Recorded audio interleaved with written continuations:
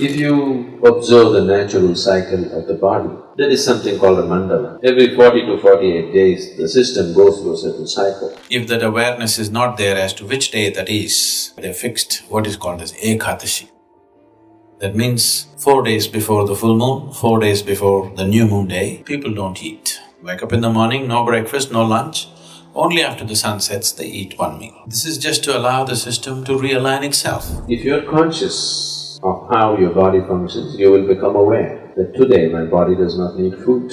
Without any effort, you can go without food on that day, if you observe the cycle properly. If you give this break, it's very, very good for your health and your body, the way it functions. Because the system needs that time to adjust itself. Everyday food, it's a lot of hard work for the body. Give it a little break. If you're not able to fast, on one day you go on something lighter, maybe just juices or something else, which is much lighter for the system to handle, definitely body will be very grateful to you. Every day loading it up with cooked food is not a good thing to do. So in India, in the yogic culture, it's very, very clear. This is called as samsara, that means cyclical life. So the body is a cycle. These cycles are very connected with the planetary cycles, with the moon cycle, with the sun cycle, everything. Lunar cycle, solar cycles and the earth cycles are very important for the body. If one has the necessary awareness, you will see on a particular day, you don't feel like eating.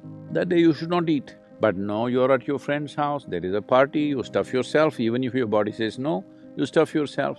So ingestion should be a conscious process. To bring this consciousness, there are many methods. One is fasting. Simply denying yourself food and water could cause damage to the system. You must support it with the necessary practices. If you have the necessary practices, the need for food will come down. See, our energies are not coming only from the food that we eat. The sunlight, the air, the water… Actually, in the yogic sciences, we say, if you really keep your system well, 60 to 70% of your energy should come from these three factors: sunlight, air, water.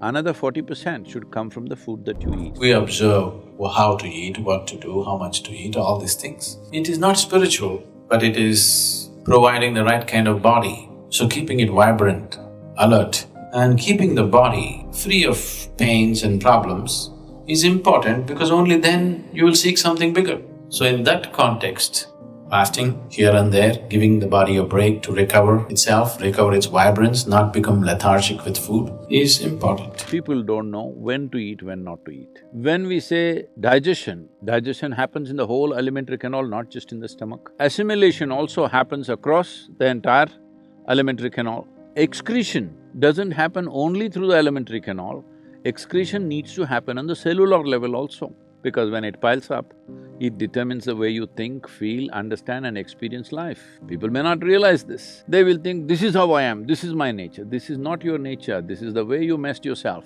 To ensure that digestive system is in full process, because for most of the chronic ailments that people are suffering today in the world, the headquarters is in the stomach. For a lot of people, it's shifting to their head, but largely headquarters is in the stomach, the way… what they eat and the way they eat. So in this way they eat, one simple thing to bring discipline is, maybe 1 or 2 days in a month, you go on much lighter foods which are very simple and easy on the body. If you can just thrive on water or just a little bit of lemon and water or lightly honey-laced water, it will help. But if it's not possible for you, maybe a fruit or something which is very, very light on the system. The idea is to give digestive process and assimilation process a break so that rest of the body begins to excrete. On the cellular level, it must throw out all the impurities.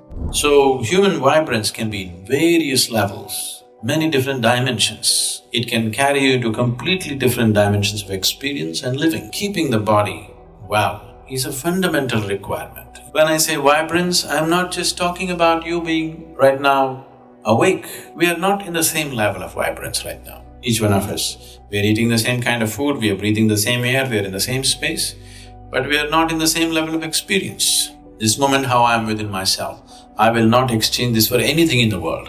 If you give me the whole world, I will not make a deal, because this is much bigger than that. And it's possible for everybody. It's not happened simply because the necessary attention and what needs to be done with the system has not been done. But this, keeping your body very pure and healthy is important, otherwise body becomes the dominant force in your life. It will not allow you to think beyond. You don't have to be a great athlete or something, just keeping it easy.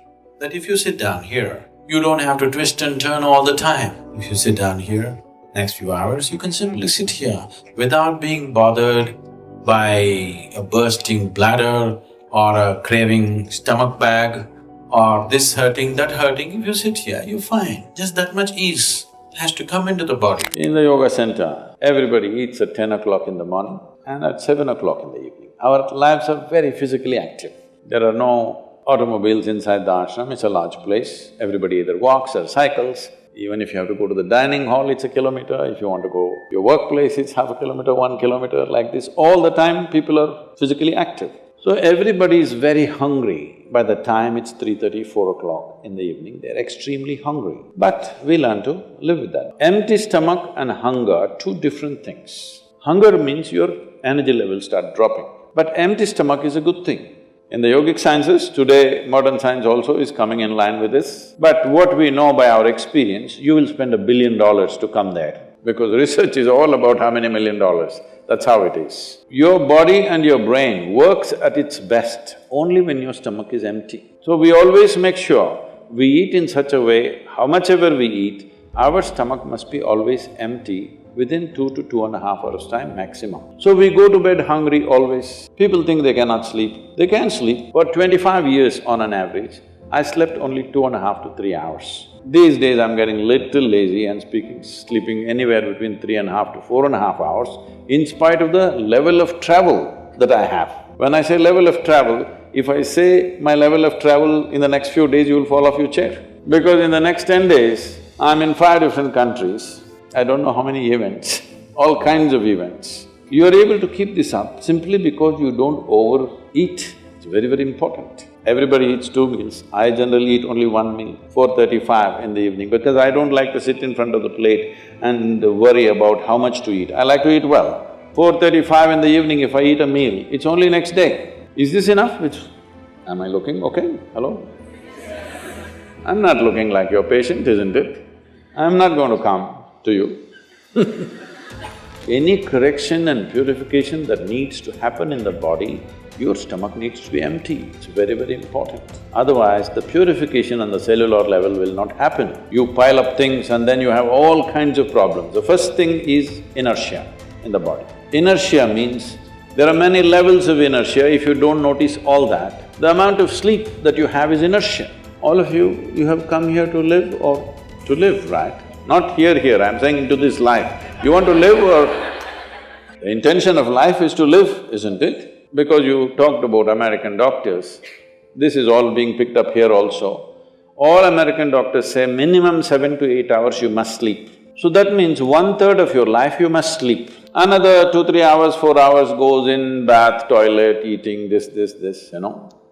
So literally 50% of your life is just maintenance. Suppose you have a vehicle, you have a motorcycle or a car, if it goes to service 1 day in a month, all right to keep it.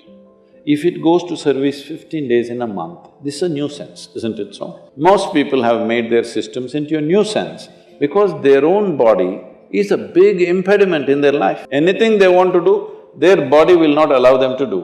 So in this there are many aspects. One important aspect is people are eating much more than what they should eat, simply because they have been told you must eat more, otherwise you will become weak, this, that. No, it is the way you keep your body.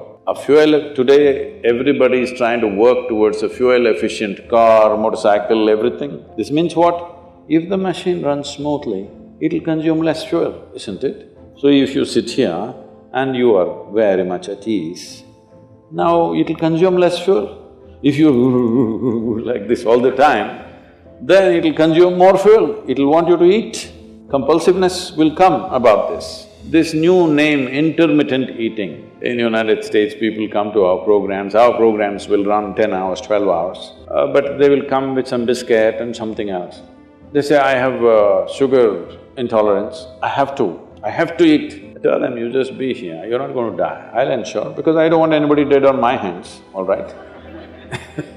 I'll make sure. You first day, no, I have to eat. By third day, they gave up all that. 12 hours without food they sat there, they're perfectly fine. Health is not something you can do from outside, health is something you have to do from within. From outside, when something goes wrong, you can seek some help. But all the time something is wrong with you, this means what? You're a faulty machine. All the time something is wrong with you, why? That's not how this is designed. This is designed for health. Every cell in your body is designed to create health, isn't it? They're all working hard to create health, except you. Minimum 8 hours gap is what is recommended in yoga. Between one meal and the next meal, there must be an 8-hour space. If you do this, you will see half your problems of health, whatever you have health problems, minimum 50% will go away in 6 weeks' time. If you do certain other things which may right now seem little extreme to you, if you have a little yogic practice, something meditative within you, then you will see 90% of your problem will go out. 10% if it still persists, we can treat it. Now, it's become like this, the healthcare systems, especially where there is heavy insurance policies. People are eating and drinking all kinds of rubbish, go to the doctor and say, fix me. This is not how it works